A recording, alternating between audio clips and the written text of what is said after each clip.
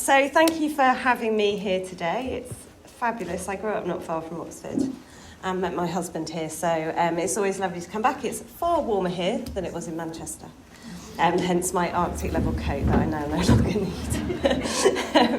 Okay, so yes, I'm Emma Hilton. I'm a developmental biologist, and I've always had quite a unique angle, I think, on this issue, which is rather than taking the traditional route that sports scientists have done, which is studying performance kind of, in adulthood and looking at how those things change, what I've gone for is a developmental route. How are male bodies and female bodies different? And what does that mean for sports? So this first slide should be particularly surprising for many people in the room. We're all grown-ups. So we're going to start right at the beginning, which is about sex and sexual dimorphism. So, sex, sperm, eggs in animals, they come together, they make a new organism. And as part of our evolutionary history, males and females, not just human males and females, but all animal males and females tend to look different to each other. And we're not quite as exotically different from each other as, for example, some birds and some fish. But we do have very reproducible differences in our adult body types. And of course, we have quite obvious differences in our reproductive systems. So in evolutionary terms, the adult male is a hunter-fighter. He tends to be much bigger. Males are much bigger as a class than females. They're much taller. They've got a great deal more body muscle mass, higher bone density. They've got big shoulders and narrow hips. Females tend to have wider hips and narrow shoulders. They've got bigger cardiovascular capacity, bigger lungs, bigger hearts. But really it's the muscle that I've spent a lot of time kind of focusing on. Just vastly different kind of muscle distributions in the upper body compared to the lower body, and far greater than anything that females have. And there's an assortment of, miscellaneous or kind of unknown differences between males and females. We know there's a huge number of genetic differences in male and female muscle. We don't quite know what all those genetic differences are doing. So we have, given these different body types, different performances in sport. So if we think about physical differences between males as a class and females as a class, I've just spoken about things like height, bone proportions, muscle mass. These quite clearly lead to functional differences in how a male can perform a particular task compared to a female. So things like bigger muscle mass make males stronger. And this quite rationally leads to performance differences in sport. We look at the smallest gaps in things like swimming and rowing. They're just over 10%. Track running is 12%. Bear in mind that will include female world records that are doped in some way. So that gap is actually probably bigger in track running. And we can see huge differences as we come down to sports where males, or where upper body strength is a key driver of performance, because males really do have much greater upper body strength. So if you look at something like powerlifting, there's a 65% overall difference between males and females, but almost all of that is the difference in how well they can bench press. And if you think about a group of males on a rugby pitch in a scrum, the scrum force is just huge, 120% greater than anything a female scrum can put out. Evolution built men to pack a punch. That's not my line, that came from this research article, looking at how hard males can punch compared to females. And they come out with over 2.5 times more power than females as they're punching forward. So all of these performance differences, all of these metrics that I can kind of look at, it's quite difficult to get a handle on, for example, in a boxing match, how much stronger a male would be than a female. We have to go down to these kinds of metrics. We know that male grip strength is much, much higher. Almost all males are stronger than almost all females in terms of grip strength. And that actually includes even females who are highly trained in a sport where grip strength is important, something like judo. So if we have a look at this male advantage, all these metrics, how does that pan out on in the sports arena, really? We all hear about Michael Phelps. I don't ever want to hear about Michael Phelps again in my life. People think he's some like Superman. I mean, he was brilliant, but he's a swimmer, and they all look pretty fabulous, and they're all really tall and they're all really big. He wasn't that much better than his male peers. In 2004, he finished less than 0.1% ahead of second place in the 2004 Olympic 100-metre butterfly. And he was nearly 13% faster than his kind of female peer, the woman, Petra Thomas, who won the female event. And there's a lot of males in between Michael Phelps and Petra Thomas who could have beaten her. And if you look on the far side, we've got how it looks in weightlifting. This is Olympic weightlifting, not powerlifting. The gap in powerlifting is much bigger than this. But in Olympic weightlifting, what we find is when you compare males and females of the same weight, you're looking at a 30% gap. And that's because weightlifting is a strength sport. So this muscle mass is really making its appearance in these large performance gaps in lifting disciplines. And so what this all boils down to is that there is an insurmountable athletic advantage for males. That's not my words, that's a very well-published viewpoint, that females simply will never run faster or even run as fast. They'll never swim as fast, they'll never lift as much as males. And so because of this, the female category in sport is protected. And that's to ensure that females have equal access to the benefits of sport. And in fact, in the UK, we've got a law that protects that. It's Section 195 of the Equality Act. And this is not the exact wording, I've kind of simplified it.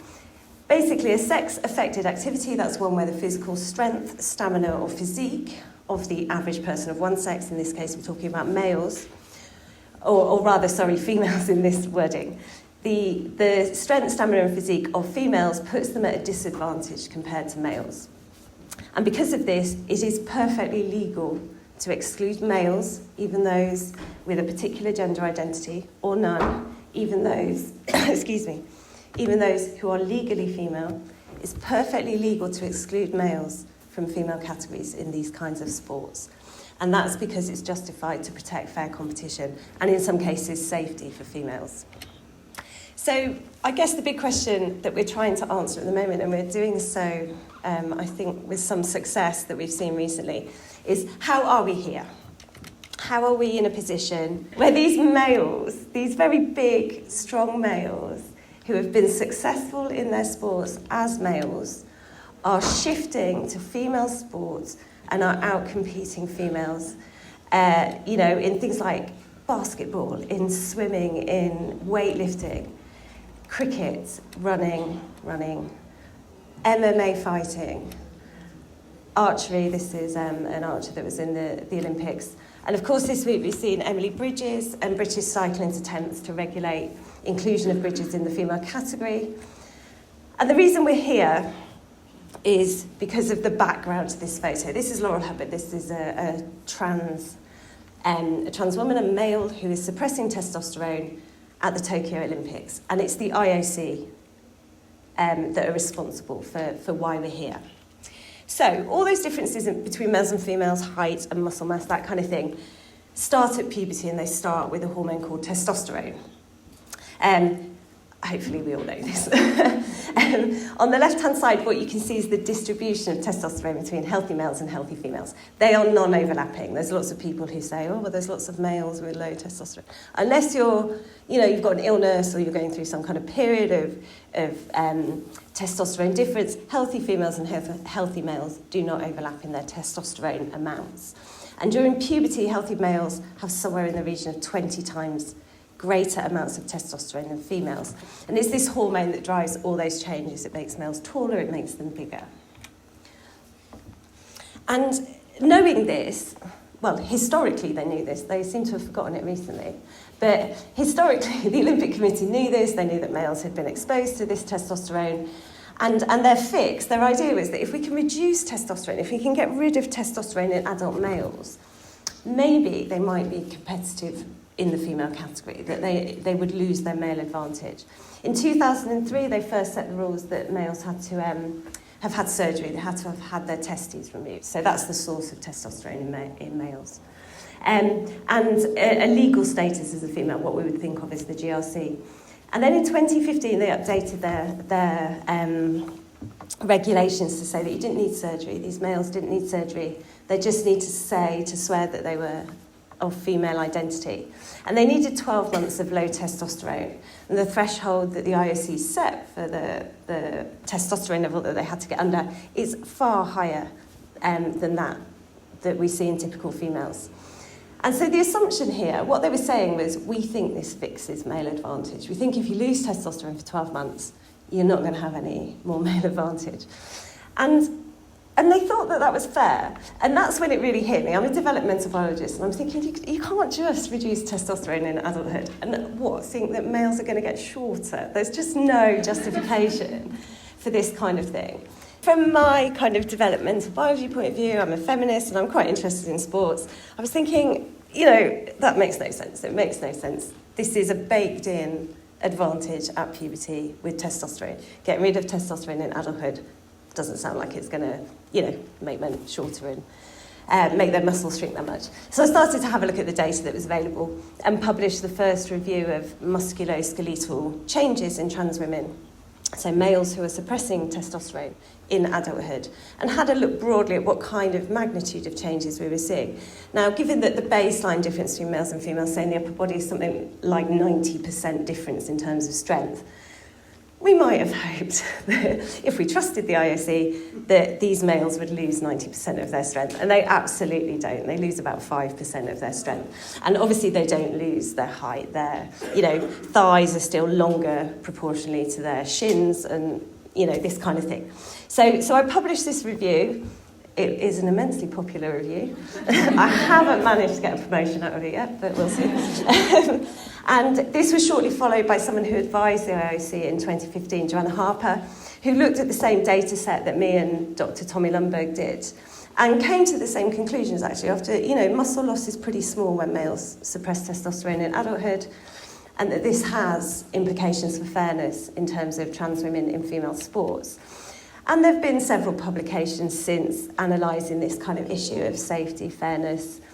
Can trans women, males suppressing testosterone, be included in female sport at all? We've seen a couple of books and a policy document that I authored for a Canadian sports agency. And so this is retained advantage. These are the metrics that I got from this cohort of about 800 trans women. We had metrics from before they started suppressing testosterone, and then metrics at 12 months, which is when the IOC says, it's there, off you go. And what we see is that they lose about 5% of their muscle mass and or strength, wherever we could find those metrics. But like I say, the gap to female, the baseline gap is so large that these really small differences that you're seeing on the left of the graph are tiny compared to the amount of muscle and strength they still have that's in excess of female levels. And one of the things I've just recently done, hopefully I'll publish it somewhere, is have a look at how trans women compare to male and female reference levels. Because there's been this kind of idea, it's a really kind of scrabbling for an argument. But the idea is if trans women are much more like females beforehand, then this small loss of strength might be enough. And actually, when you map muscle and strength measurements in trans women, they start out much more similar to male levels and they finish up much more similar to male levels. And a quick case study, Laurel Hubbard, this is the Olympic weightlifter who appeared in the Tokyo Olympics, didn't win anything, and that's been used as evidence that there's no advantage. I just want to point out, don't worry too much about what's on that graph on the right. All you need to know is that orange is how female weightlifters lived, yellow is how male weightlifters lived, and the turquoise dots are Laurel Hubbard. So suggesting that Laurel Hubbard was in some way within female competitive ranges is absolutely ridiculous. Hubbard, in fact, became the oldest weightlifter in the female category in Olympic history. He was 43. Okay, that's absolutely unheard of in weightlifting. The average age is about 25. So that just never happens. You hardly ever get someone that old in Olympic weightlifting. You certainly don't get it in the female category. Hubbard beats female peers by up to 100%. So he's lifting twice as much as women the same age as him. And if you correct for age at 43, if you kind of map back, we know how performance decreases with age in Olympic weightlifting. If you map back, at 25 years old, he would have made the world record. Okay? He competed 5 years after a 15-year break from weightlifting. He was unfit, he was injured, and his strategy was terrible. Yet still, he was at an Olympics. And so if people say, oh, but you didn't win, you don't make the Olympics when you fit this criteria. So 2 choices here. Hubbard is either statistically the best weightlifter who's ever appeared in the female sport in history, or he's carrying male advantage. I think it's pretty clear we know which one it is. So just to finish off, in 2021, so last year, the Olympic Committee updated their guidelines again.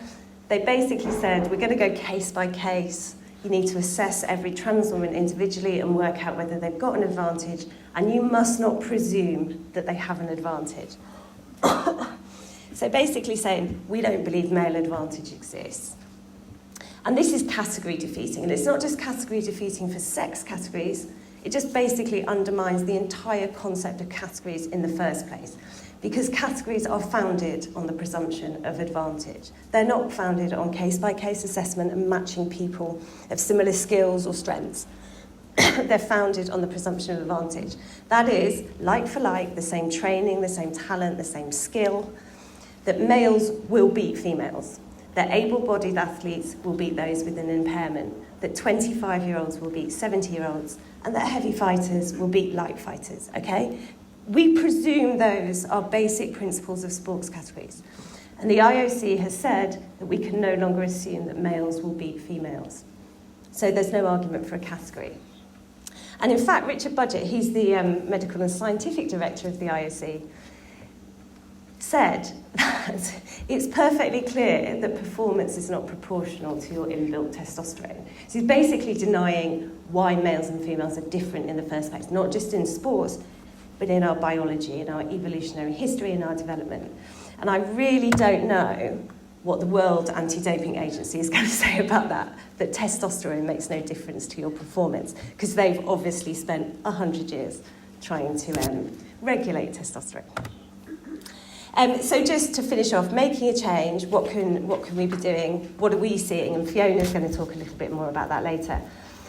Back in 2020, USA Powerlifting did exclude trans women from the female category. They've since created a third category. Seems to be going all right for them, although they are being sued. World Rugby in 2020 again, they excluded trans women from international competition, although the domestic federations are still quibbling over it. And we'll see how that goes, I think, in the next year or so. And obviously this week we've seen British cycling come out after an immense amount of pressure, it has to be said, from public athletes, from athletes who were working behind the scenes, and from advocates and scientists and that kind of thing. British cycling have suspended their trans policy and said it needs review. We've been telling them that for months. And what I think we might see, Fiona might have a different opinion, I think we're starting to see some movement in swimming, because they've had a very big case in college swimming over the last few months. So I think maybe we're going to see some movement from swimming here on their policy. And of course we had, like in the UK, we had our Sports Council Equality Group. It's a really kind of a cross-country group analysing all the data, probably the most thorough review I've ever seen, on what does this mean to have trans women in female sports. And what they said was, you cannot reconcile fairness, certainly not with self-identification, and not even with testosterone suppression in males. You cannot have both fairness and inclusion. You are going to have to choose. And that's the first time we've ever heard anyone, lay it down so clearly in an official policy. That predated the IOC guideline, which just said, no, don't worry, do whatever you want.